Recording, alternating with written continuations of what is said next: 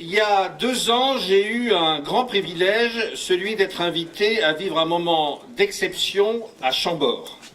Jean d'Aussonville, directeur du domaine, avait souhaité sceller le partenariat que nous venions de signer entre le domaine, la société de vénerie et Bernard Telu, qui, à travers ce projet, trouvait une réponse pour poser son exceptionnelle collection de boutons dans un lieu prestigieux, chargé d'histoire pour les veneurs.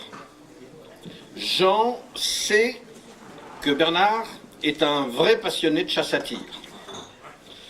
En remerciement, Jean lui propose de l'inviter à quelques prestigieuses chasses à Chambord.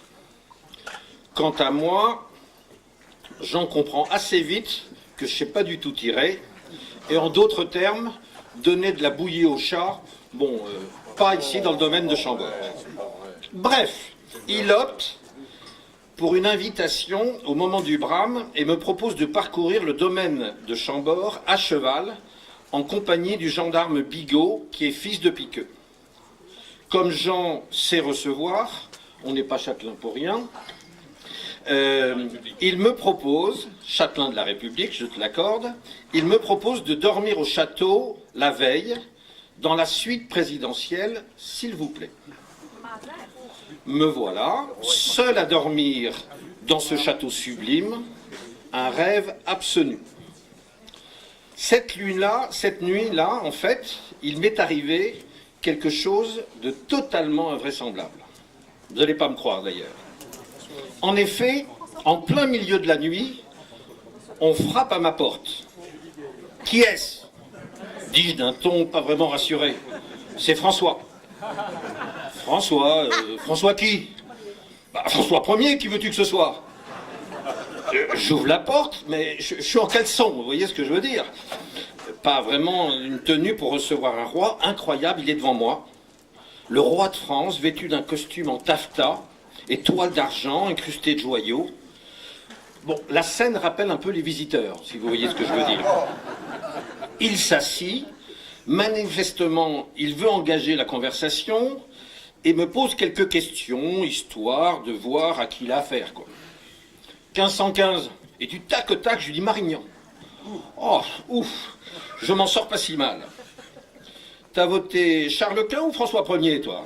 Oh sire, comment pouvez-vous en douter ? 5 siècles plus tard, nous entretenons cette faculté de France insoumise. Aujourd'hui, elle est en marche, sire. C'est en quelque sorte une nouvelle renaissance. Bon, on verra. T'emballe pas, mon gars. Que fais-tu ici dans mon château ? Je travaille sur le projet d'ouverture d'une salle dédiée à la vénerie. Mon ami Bernard Telu a légué sa superbe collection de boutons à la société de vénerie et tient à ce qu'elle soit à Chambord. Elle sera exposée au moins pour les 70 prochaines années. 4000 boutons, sire, la plus belle, la plus complète de toutes les collections. C'est une véritable mémoire vivante de 3 siècles de vénerie. Bon, t'es conscient, me dit-il, que sa collection, c'est un peu son enfant. Il aime bien qu'on le remercie, Bernard, hein. Tu vas faire ce qu'il faut. Entendu, sire, je me suis engagé à constamment mettre sa collection à jour dès qu'un nouvel équipage se monte en y rajoutant son bouton. Bernard est le premier, aussi, sire, à faire un don de cette nature. Il faut qu'il y en ait d'autres parmi les collectionneurs. Il paraît que, c'est le roi qui parle, que vous avez inventé des avantages fiscaux. Belle couillonnade. Ça encore pour creuser le déficit. Enfin bon, trouve d'autres gens comme Bernard qui puissent donner de leur collection. C'est une bonne chose, en tous les cas, que cette collection soit chez moi, à Chambord. Vois avec les responsables du domaine qu'elle soit en bonne place. Je veux que tous les visiteurs la voient. Il y a suffisamment de salles dans mon château pour qu'on lui fasse honneur. J'y veillerai, sire, mais c'est déjà le cas. Je leur ai demandé d'ailleurs de mettre une borne interactive pour pouvoir consulter notre site Mémoire des équipages qui rassemble tous les équipages depuis 5 siècles.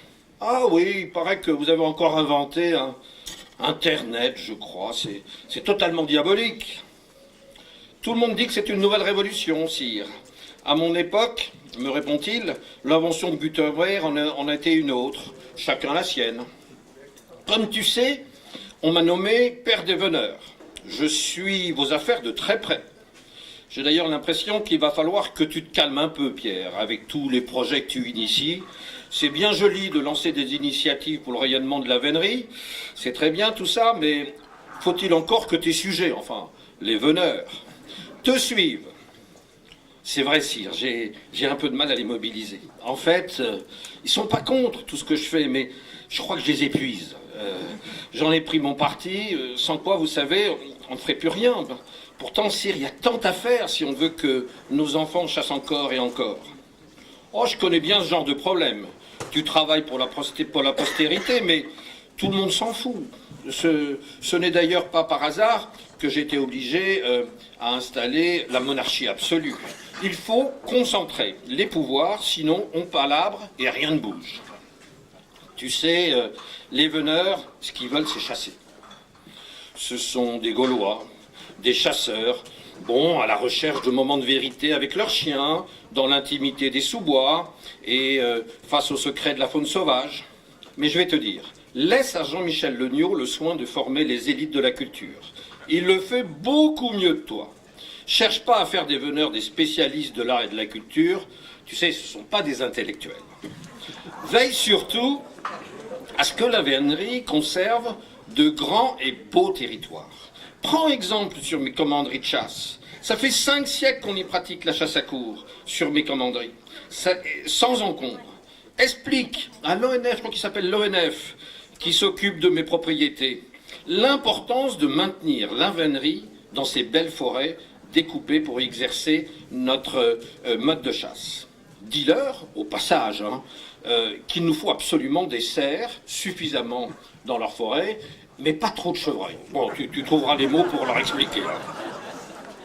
Mais défends constamment cette belle pratique synégétique auprès des gouvernements successifs. Enfin bon, tu te débrouilles avec tous ces gens-là. N'oublie jamais quand même qu'il y a eu un épisode avec le ministre Bompard, ministre de Mitterrand, qui détient le record du plus court mandat, à peine une semaine. Mais il en a fallu peu pour que la chasse à courre soit interdite pour des raisons tellement partisanes.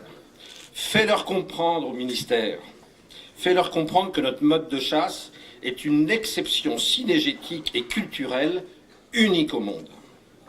Message bien reçu, sire. Je vais m'employer à suivre tous vos conseils. Voilà, la conversation s'est arrêtée là. Le jour s'est levé. Un cheval m'attendait. La magie continuait dans les allées du domaine. Vous comprendrez pourquoi je ne pouvais pas garder cette conversation uniquement pour moi. Merci.